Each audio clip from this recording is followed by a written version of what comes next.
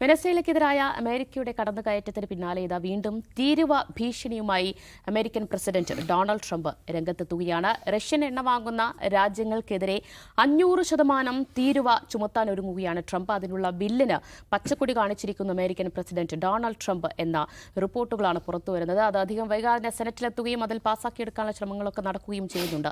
നേരത്തെ തന്നെ സമാനമായ തീരുവ ഭീഷണി പലപ്പോഴായി ട്രംപിന്റെ ഭാഗത്തുണ്ടായിട്ടുണ്ട്. നിലവിൽ റഷ്യൻ എണ്ണ വാങ്ങുന്നതുകൊണ്ട് ഇന്ത്യക്കെതിരെ 50% തീരുവ ചുമത്തിയിട്ടുണ്ട്. പക്ഷേ ഇത് കൃത്യമായി റഷ്യ, ചൈന, ബ്രസീൽ പോലെയുള്ള രാജ്യങ്ങളെ ലക്ഷ്യമിട്ടുകൊണ്ട് അമേരിക്കൻ പ്രസിഡന്റ് ട്രംപ് നടത്തുന്ന നീക്കമാണ്. അത് വലിയ ഗുരുതര ഭീഷണി, പ്രതിസന്ധി ഉണ്ടാക്കും മറ്റ് രാജ്യങ്ങൾക്ക് എന്നതിൽ യാതൊരു സംശയവുമില്ല. എന്താണ് ട്രംപിന്റെ നീക്കം, അല്ലെങ്കിൽ ട്രംപ് ലക്ഷ്യമിടുന്നത് എന്നതാണ് നമ്മൾ സംസാരിക്കാൻ പോകുന്നത്. ദാവസറി, തീരുവ ഭീഷണി പലപ്പോഴായിട്ടുണ്ടായിട്ടുണ്ട്. ചിലപ്പോഴൊക്കെ അതിൽ നിന്ന് പിന്മാറുകയും ഒക്കെ ചെയ്തിട്ടുണ്ട്. പക്ഷേ ഈ 500% തീരുവ എന്നൊക്കെ പറയുന്നത് അത് അമേരിക്കയ്ക്ക് ഒരു തിരിച്ചടിയാകുന്നത് തന്നെ അതൊരു കോമഡി പോലെയൊക്കെയാണ് തോന്നുന്നത്. അല്ല, അമേരിക്കക്ക് അങ്ങനെ തിരിച്ചടിയാവുമെന്ന് എനിക്ക് തോന്നുന്നില്ല. കാരണം ഒന്നാമതേ തീരുവയെക്കുറിച്ച് ഈ ഡൊണാൾഡ് ട്രംപ് മുമ്പ് പറഞ്ഞ ഒരു ഇൻ്റർവ്യൂവിൽ പറയുന്നൊരു കാര്യമുണ്ട്. Tariff is A beautiful word. For me it is the most beautiful word എന്ന് പറയുന്നുണ്ട്. അപ്പോൾ ടാരിഫാണ് അങ്ങേരുടെ രണ്ട് വാക്കുകളാണ് പുള്ളിക്ക് ഏറ്റവും ബ്യൂട്ടിഫുൾ ആയിട്ടുള്ള, ഏറ്റവും കൂടുതൽ ഉപയോഗിക്കുന്നത്. ടാരിഫ് പിന്നെ ഡീൽ. ടാരിഫിനെ ഒരു ഡീൽ മേക്കിങ്ങിനുള്ള ആയുധമാക്കിയിട്ട് മാറ്റുകയാണ് ചെയ്യുന്നത്. Tariff is A beautiful word എന്ന് പല സന്ദർഭങ്ങളായിട്ട് പറഞ്ഞിട്ടുണ്ട്. അത് എൻ്റെ കയ്യിലൊരു ലെവറേജാണ്. അത് ഞാൻ എൻ്റെ ആവശ്യത്തിന്, അല്ല എൻ്റെ രാജ്യത്തിൻ്റെ ആവശ്യത്തിന് ഉപയോഗിക്കുമെന്നാണ് ട്രംപ് പറയുന്നത്. അതാണ് അദ്ദേഹം ചെയ്തുകൊണ്ടിരിക്കുന്നത്. ചെയ്തു. നമുക്കിപ്പോൾ 50% ടാരിഫ് ഓൾറെഡി പല സെഗ്മെൻറ്റിലുണ്ട്. അതിൻ്റെ ആഘാതം ഇന്ത്യൻ എക്കണോമി അനുഭവിക്കുന്നുണ്ട്. പക്ഷേ നമ്മുടെ നാട്ടിൽ ഇന്ത്യൻ എക്കണോമി അനുഭവിക്കുന്ന ആഘാതങ്ങളെക്കുറിച്ച് മാധ്യമങ്ങൾ വാർത്ത കൊടുക്കാറില്ല എന്നുള്ളതുകൊണ്ട് മാത്രം ഇന്ത്യയിൽ വിമാനങ്ങളെല്ലാം നിലത്ത് കട്ടപ്പുറത്തായിട്ടും അതൊന്നും ഇന്ത്യയിൽ വലിയ വാർത്തയായിട്ടില്ല.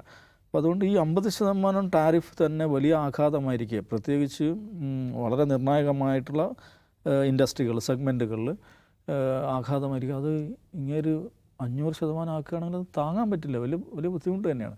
അപ്പോൾ എന്തിനാണ് അത് കൊണ്ടുവരുന്നത് വെച്ചാൽ ആ ബില്ലിൻ്റെ പേര് തന്നെ ശ്രദ്ധിക്കണം. റഷ്യ സാങ്ഷൻ ബിൽ എന്നാണ് അതിന് പറയുന്നത്. റഷ്യൻ ഉപരോധ ബിൽ, റഷ്യ സാങ്ഷൻ ബിൽ. അപ്പോൾ ആ ബില്ല് പാസ്സായിട്ടില്ല കേട്ടോ. അത് വരാൻ പോകണേ ഉള്ളൂ. പാസ്സായി കഴിഞ്ഞാൽ അഗൈൻ ഒരു ജുഡീഷ്യൽ സ്ക്രൂട്ടിനി ഉണ്ടാവും. ആ സ്ക്രൂട്ടിനി കൊണ്ട് കഴിഞ്ഞാൽ അത് ഇംപ്ലിമെൻറ്റ് ചെയ്യപ്പെട്ട് കഴിഞ്ഞാൽ ഈ പറയുന്ന 500% ടാരിഫ് ഇന്ത്യയിലെയും ബ്രസീലിലെയും ചൈനയിലൊക്കെ പ്രൊഡക്റ്റുകൾക്ക് മേൽ വരുത്തുന്നതാണ്. അപ്പോൾ എന്താണ് അതിൻ്റെ ആവശ്യം? യുക്രൈനിന് മേൽ റഷ്യ നടത്തിക്കൊണ്ടിരിക്കുന്ന അതിക്രമം നിർത്തണമെങ്കിൽ അവർക്കെതിരായുള്ള ഉപരോധം അത് ടൈറ്റൻ ചെയ്യണം. ഇന്ത്യ അതിനകത്ത് വേണ്ടത്ര സഹകരിക്കുന്നില്ല. ഓയിൽ ഇമ്പോർട്ട് നിർത്തണം എന്ന് പറഞ്ഞു. കുറച്ചൊക്കെ എവിടെയോ നിർത്തിയെന്ന് തോന്നുന്നു. പക്ഷേ അമ്മാർ ഫുള്ള് നിർത്തിയില്ല എന്നൊക്കെ കഴിഞ്ഞ ദിവസം ട്രംപ് പറയുന്നുണ്ട്. അപ്പോൾ നമ്മളെ സംബന്ധിച്ചിടത്തോളം നമ്മുടെ ഓയിൽ ബാസ്ക്കറ്റിൻ്റെ 40% റഷ്യൻ ഇമ്പോർട്ടാണ്. അത് എന്തിനാണ് നമ്മൾ റഷ്യയിൽ നിന്ന് മേടിക്കുന്നതെന്ന് വെച്ചാൽ നമുക്ക് ലാഭത്തിൽ വില കുറഞ്ഞ് കിട്ടുന്നതാണ്.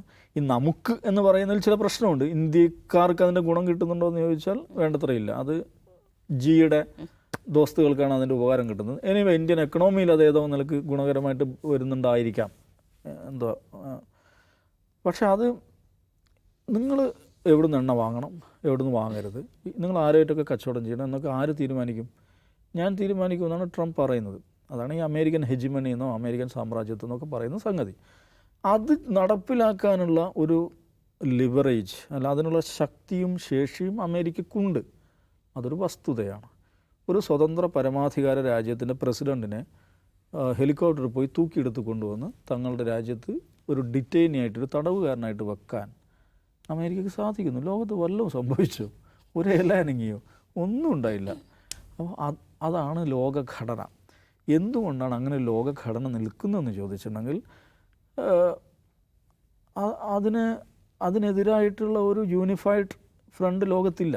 എന്ന് വെച്ചാൽ ലോകത്തുള്ള ശക്തിയുള്ള രാജ്യങ്ങൾക്കാർ വിചാരിച്ച് എന്തും ചെയ്യാൻ പറ്റുന്നതിന് അർത്ഥമില്ല. ഈ ഗസ അതിൻ്റെ ഏറ്റവും വലിയ ഉദാഹരണം എഗൈൻ നമുക്ക് തന്നെ മുന്നിൽ ഗസ എന്ന് പറയുന്ന ഇച്ചിരി പോകുന്നൊരു സ്ഥലത്തുള്ള മനുഷ്യർ ഈ അമേരിക്കയും ഇസ്രയേലും ഒന്നിച്ചു ചേർന്ന് 2.5 വർഷം അവരുടെ മേൽ ലോകത്ത് സാധ്യമായ മുഴുവൻ ബോംബുകളിട്ടിട്ടും അവരെ തോൽപ്പിക്കാൻ പറ്റിയിട്ടില്ല.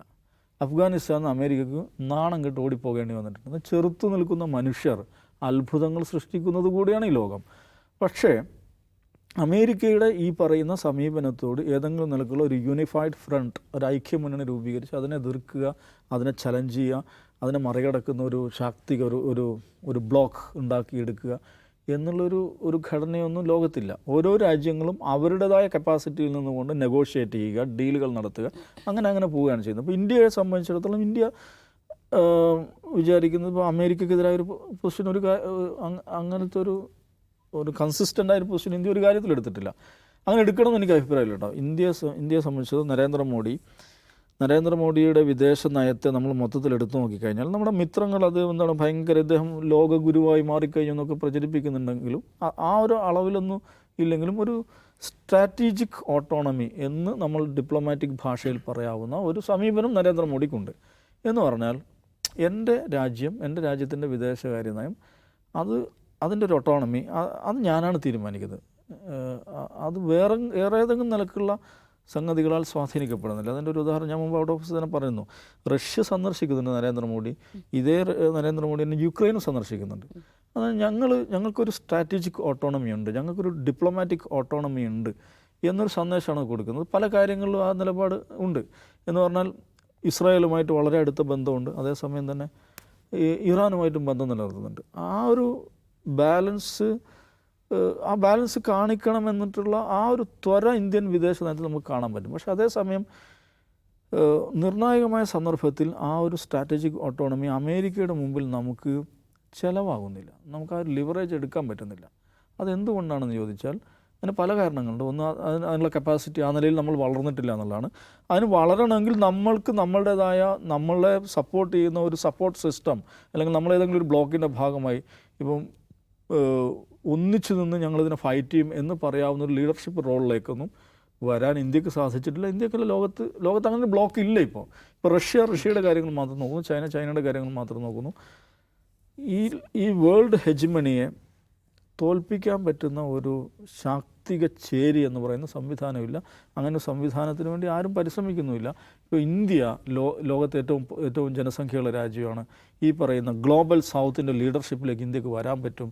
G20 സമയത്ത് അങ്ങനെയൊക്കെ സംസാരം ഉണ്ടായിരുന്നു. പക്ഷേ ഗ്ലോബൽ സൗത്തിൻ്റെ ലീഡർഷിപ്പിലേക്ക് ഇന്ത്യക്ക് വരാൻ പറ്റണമെങ്കിൽ നോക്കൂ, ഇന്ത്യക്ക് ജനസംഖ്യയുണ്ട്, വലിയ എക്കണോമിയുണ്ട്, ഒക്കെയുണ്ട്. പക്ഷേ പല കാര്യങ്ങളിലും ഗ്ലോബൽ സൗത്ത് എടുക്കുന്ന രാഷ്ട്രീയ നിലപാടുകളോട് ചേർന്ന് നിൽക്കാൻ ഇന്ത്യക്ക് സാധിക്കുന്നില്ല.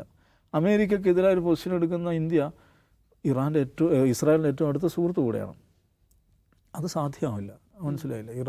അമേരിക്കയെ എതിർക്കുകയും ഇസ്രായേലിനെ ബഡാദോസ്താക്കി കൊണ്ടു നടക്കുകയും ചെയ്യുന്ന ഇങ്ങനത്തെ വളരെ സങ്കീർണമായ പ്രശ്നങ്ങൾ ഇതിനകത്തുണ്ട്. പിന്നെ അമേരിക്കയ്ക്ക് മുമ്പിൽ അല്ലെങ്കിൽ ട്രംപിന് മുമ്പിൽ എന്താണ് മോഡി ബാർഗെയിൻ ചെയ്യുന്നത്? അത് ഇന്ത്യയുടെ താല്പര്യങ്ങളാണോ, അല്ല ബഡാദോസ്തിൻ്റെ നമ്മുടെ അഡാനിയുടെ താല്പര്യങ്ങളാണോ എന്നൊരു പ്രശ്നമുണ്ടാകും. അഡാനിക്കെതിരെ അവിടെ കേസുണ്ട്. ഇപ്പോൾ ഇന്ത്യയുടെ ടാരിഫുമായി ബന്ധപ്പെട്ട പ്രശ്നങ്ങൾ അത് പരിഹരിക്കലാണോ നമ്മുടെ പ്രയോറിറ്റി, അല്ല അഡാനിയെ കേസ് രക്ഷപ്പെടുത്തലാണോ? ഇങ്ങനെയൊക്കെയുള്ള അതിൻ്റെ കുറേ സബ് ടെക്സ്റ്റുകളുണ്ട്. എന്തു തന്നെയാണെങ്കിലും ഈ പറയുന്ന റഷ്യ സാങ്ഷൻ ബിൽ പാസ്സാക്കപ്പെടുകയും അത് നടപ്പിലാക്കപ്പെടുകയും ഈ പറയുന്ന 500% ടാരിഫ് എന്നത് നടപ്പിലാക്കപ്പെടുകയും ചെയ്താൽ അത് വലിയ തോതിലുള്ള ഇമ്പാക്റ്റ് ഇന്ത്യൻ എക്കണോമിയിൽ ഉണ്ടാകും, ഒരു സംശയമില്ല. എനിക്ക് തോന്നുന്നത് അങ്ങനെയൊക്കെ സംഭവിക്കും. കാരണം ട്രംപ് എന്തും ചെയ്യും. ഞാൻ പറഞ്ഞല്ലോ, ഒരു രാഷ്ട്രത്തിൻ്റെ തലവനെ പൊക്കിയെടുത്ത് കൊണ്ടുവന്നു എന്തും ചെയ്യും ആ മനുഷ്യൻ. അത്രയും മാരകമായ ഡിസ്റപ്ഷൻ ഈ പറയുന്ന ലോക രാഷ്ട്രീയത്തിലും ലോക സമ്പദ്ഘടനയിലും ഉണ്ടാക്കുകയാണെങ്കിൽ നോക്കൂ, ഡിസ്റപ്ഷൻസ് വലിയ വേദനകളുണ്ടാക്കും, വലിയ നെഗറ്റീവ് റിസൾട്ട് ഉണ്ടാകും. പക്ഷേ എല്ലാ ഡിസ്റപ്ഷൻസും പുതിയ ചില കാര്യങ്ങൾ ഉണ്ടായി വരുവാൻ കാരണവുമാകാറുണ്ട്. അങ്ങനെ ഒരു വലിയ ഡിസ്റപ്ഷൻ ഉണ്ടായി, ഒരു കുഴമറച്ചിൽ ലോക രാഷ്ട്രീയത്തിലുണ്ടായി പുതിയ സംഗതികൾ രൂപപ്പെടുന്നതിലേക്ക് അത് തുടക്കം കുറിക്കുമോ എന്നൊരു ജിജ്ഞാസയാണ് ആ വിഷയത്തിൽ എനിക്കുള്ളത്. യെസ് നിഷാദ്, ഈ 500% തീരുവ എന്നൊക്കെ പറയുമ്പോൾ അത് ഈ ആഗോള വിപണിയിൽ ഉണ്ടാക്കാൻ പോകുന്ന ചലനം ചെറുതായിരിക്കും. അത് നടപ്പാവുകയാണെങ്കിൽ, ആ ബില്ല് പാസ്സാവുകയാണെങ്കിൽ ഇത് സത്യത്തിൽ ചൈന, റഷ്യ പോലെയുള്ള വൻ ശക്തി രാജ്യങ്ങളെ വെല്ലുവിളിക്കുകയല്ലേ അമേരിക്ക ചെയ്യുന്നത്? അല്ല, റഷ്യയെ പാഠം പഠിപ്പിക്കാനുള്ള ഉദ്ദേശം മാത്രമേ അതിനകത്തുള്ളൂ. റഷ്യ ഞങ്ങൾ ഉപരോധം ഏർപ്പെടുത്താൻ തീരുമാനിച്ചു, യുക്രൈൻ വാറിൽ ഞങ്ങൾ ഇപ്പുറത്ത് നിൽക്കുകയാണ്, എന്നിട്ടും റഷ്യ യുദ്ധം ചെയ്തുകൊണ്ടിരിക്കുന്നു. ഇന്നും ഒരു പടുകൂറ്റൻ മിസൈൽ കൊണ്ടുപോയി യുക്രൈനിലിട്ടിട്ടുണ്ട്. പെർ സെക്കൻഡിൽ 1000 കിലോമീറ്റർ വേഗത്തിൽ സഞ്ചരിക്കുന്ന റഷ്യയുടെ മാത്രം കയ്യിലുള്ളതാണ് മുന്നറിയിപ്പ് സംവിധാനങ്ങൾ കണ്ടുപിടിക്കാൻ പറ്റുന്നത്. റഷ്യയെ ഒതുക്കണമെങ്കിൽ അവരുടെ പെട്രോളിയം വിൽപ്പന നിർത്തണം. അതാണ് ഏറ്റവും വലിയ വരുമാന മാർഗ്ഗം. വാങ്ങിച്ചുകൊണ്ടിരിക്കുന്ന പ്രധാനപ്പെട്ട ബയർ ഇന്ത്യയാണ്. അപ്പോൾ ഇന്ത്യയെ പേടിപ്പിക്കാനായത്, ഇന്ത്യ അടക്കമുള്ള പ്രധാനപ്പെട്ട ബയേഴ്സിനെ പേടിപ്പിക്കാൻ വേണ്ടി മാത്രം, അല്ലാതെ ലോകത്തിൻ്റെ വിപണിയിലാകാൻ ഒരു മാറ്റം ഉണ്ടാക്കാൻ വേണ്ടിയോ അല്ലെങ്കിൽ അമേരിക്കയുടെ ആധിപത്യം കൊണ്ടുവരാനല്ല. അത് ട്രംപിനൊരു കാര്യം മനസ്സിലായി. നമ്മൾ ആദ്യം ഒന്ന് പേടിപ്പിച്ചു. നമ്മൾ വൻതോതിൽ എണ്ണ വാങ്ങിക്കായിരുന്നു. 30 to 45% നമ്മൾ എണ്ണ വാങ്ങിക്കുന്ന അവിടെ നിന്ന് കൂട്ടിയായിരുന്നു. ഇപ്പം മൊത്തം കുറച്ചല്ലോ, വളരെ കുറച്ചേ ഇപ്പം മേടിക്കുന്നുള്ളൂ. കാരണം എന്താണ്? ട്രംപ് പേടിപ്പിച്ചു. നമ്മൾ റിലയൻസും നയാര വാങ്ങുന്നത് നമ്മൾ കുറച്ചു. ഇപ്പം നമ്മൾ നാമമാത്രമായിട്ടേ വാങ്ങിക്കുന്നുള്ളൂ. അപ്പോൾ ട്രംപിന് മാർക്ക് എന്ത് മനസ്സിലായി? ഫോഴ്സ് ചെയ്താലും മാതിരി പരിപാടി നിർത്തും. And Modi wanted to make me happy എന്ന് പറഞ്ഞ് എന്തിനാണ്? എന്നെ ഹാപ്പി ആക്കണം എന്നറിയാം എന്ന് പറഞ്ഞു. എന്ന് വെച്ചാൽ അടുത്ത ഘട്ടത്തിൽ ഞങ്ങൾ 500 ഇടുമെന്ന് പറയണം. 500 ഇട്ടാൽ ഇന്ത്യയുടെ കയറ്റുമതി മേഖല തകർന്നു സമ്പൂർണ്ണമായും. ഇപ്പം തന്നെ നമ്മൾ ഏതാണ്ട് $35 ബില്യൺ ഇത് അനുഭവിക്കാൻ പോവാണ്. നമ്മുടെ GDP ബാധിക്കാൻ പോവാണ്. സോ എന്താ സംഭവിക്കാൻ പോകുന്നത് ചോദിച്ചാൽ ഇന്ത്യയെ ഭയപ്പെടുത്തി പിന്നോട്ട് കൊണ്ടുവരിക. ഇപ്പോൾ കഴിഞ്ഞ ദിവസം പറഞ്ഞില്ലേ, മേ സി യു സാർ എന്ന് ചോദിച്ച് മോദി വിളിച്ചു എന്ന് ട്രംപ് അവകാശപ്പെടുന്നുണ്ടല്ലോ. ഇപ്പോൾ അവരുടെ കൊമേഴ്സ് സെക്രട്ടറി വാർത്താ സമ്മേളനം ഒരു പോഡ്കാസ്റ്റിൽ പറഞ്ഞ കാര്യമുണ്ട്, മോദി ട്രംപിനെ മീറ്റ് ചെയ്യുന്നില്ല, മോദി വന്ന് കാണുന്നില്ല. അതുകൊണ്ടാണ് അത് തീരാത്തത്, അതുകൊണ്ടാണ് ഡീൽ നടക്കാത്തത്. ആദ്യം ഞങ്ങൾ ഇന്ത്യക്ക് മുമ്പിൽ ഓഫർ വെച്ചിരുന്നു. ഇന്ത്യയേക്കാൾ മുമ്പ് പല രാജ്യങ്ങളും വന്ന് സെറ്റിൽ ചെയ്ത പോലെ ഇന്ത്യ വന്നില്ല. ഇന്ത്യ 3 ആഴ്ച സമയം ചോദിച്ചു. ഇനി ഞങ്ങൾ ആ ഓഫർ കൊടുക്കുന്നില്ല, അങ്ങനെയൊക്കെ പ്രഖ്യാപിക്കും. ഇനി ഞങ്ങൾ ഓഫർ ഇല്ല, ഇനി നിങ്ങൾ പഴയ പരിപാടിക്ക് വന്നാൽ മതി. അപ്പം മോദി നേരിട്ട് വന്ന് സംസാരിക്കാത്തതുകൊണ്ട് തരുന്നില്ല. നോക്കൂ, എന്താ പറയുന്നത്, എന്നെ സന്തോഷിപ്പിക്കണമെന്ന് മോദിക്ക് അറിയാമെന്നൊക്കെ പറയുമ്പം നമ്മൾ പറയേണ്ടത് ഇന്ത്യ എന്ന് പറയുന്ന രാജ്യത്തെ എങ്ങനെയാണ് ഇവരോട് പൊസിഷൻ ചെയ്തിട്ടുള്ളത്. പണ്ടൊക്കെ നമ്മൾ പാർട്ട്നേഴ്സ് എന്ന നിലയ്ക്കാണ് അവതരിപ്പിച്ചുകൊണ്ട് ഇന്ത്യയും അമേരിക്കയും. ഇപ്പം അങ്ങനല്ല, ഡിപ്പെൻഡൻ്റ് ആണ് വേണം ഇന്ത്യ എന്നാണ് മോദിയെ കാണുന്നത്. അങ്ങനെയാണ്, മോദി ഗുരുവാണ്, സുഹൃത്താണ്, ഫ്രണ്ടാണെന്നൊക്കെ പറയുമ്പോൾ എൻ്റെ ഒരു ഡിപ്പെൻഡൻ്റ് ആണ്, ഞങ്ങൾക്ക് സൗകര്യം തരുന്ന മട്ടിലാണ് അമേരിക്ക കാണുന്നത്. അപ്പോൾ ഇത് ഇന്ത്യൻ വിപണിയെ സീരിയസ് ആയി ബാധിക്കാൻ പോകുന്നതാണ്. അതിനെങ്ങനെയാണ് ഇവർ മറികടക്കാൻ പോകുന്നത്? അമേരിക്ക ആയിട്ടുള്ള ട്രേഡ് ഡീൽ വൈകുന്നത് ഇന്ത്യക്ക് വലിയ കുഴപ്പമുണ്ടാക്കുന്നതാണ്. അതെന്തുകൊണ്ട് പരിഹരിക്കാൻ അമേരിക്കയ്ക്ക് പറ്റിയിട്ടില്ല, ഇന്ത്യക്ക് പറ്റിയിട്ടില്ല എന്നുള്ള മൗലികമായ ചോദ്യമുണ്ട്. അതിനെ മോദി ഭരണകൂടം മറികടക്കുമോ എന്നാണ് നമ്മൾ കാത്തിരുന്ന് കാണേണ്ടത്. അപ്പോൾ അവർ വിദേശ നയത്തിലും അല്ലെങ്കിൽ ആഗോള സൗഹൃദത്തിലും ഒക്കെ ഉണ്ടെന്ന് പറയപ്പെടുന്ന വലിയ കപ്പാസിറ്റി ഉണ്ടെങ്കിൽ ഇപ്പോൾ കാണിക്കണം. നമ്മുടെ വിപണിയെ ബാധിക്കാതെ, നമ്മുടെ ഇന്ത്യൻ പ്രൈഡിനെ ബാധിക്കാതെ അമേരിക്ക ആയിട്ടുള്ള സംഗതി എങ്ങനെ സെറ്റിൽ ചെയ്യുമെന്ന് നമുക്ക് നോക്കാം. യെസ്, അതാണ് ട്രംപാണ് ആള്. ഇതെല്ലാം ഇതിലപ്പുറവും ചെയ്യും. ഇനി 500 അല്ല 1000% തീരുവ ചുമത്തിയാലും അത്ഭുതപ്പെടാനില്ല. എന്തായാലും ഈ ബില്ല് അത് പാസ്സാകുമോ, സെനറ്റിൽ അത് നടപ്പാകുമോ എന്നതൊക്കെ ഉറ്റുനോക്കാം. ഒരുപക്ഷെ പിൻവാങ്ങിയേക്കാം, അതും ട്രംപിൽ നിന്ന് സംഭവിച്ചേക്കാം. പക്ഷേ ഇതിനെയൊക്കെ എങ്ങനെയാണ് ഇന്ത്യ ഉൾപ്പെടെയുള്ള രാജ്യങ്ങൾ നേരിടാൻ പോകുന്നത് എന്നതാണ് കാത്തിരുന്ന് കാണേണ്ടത്.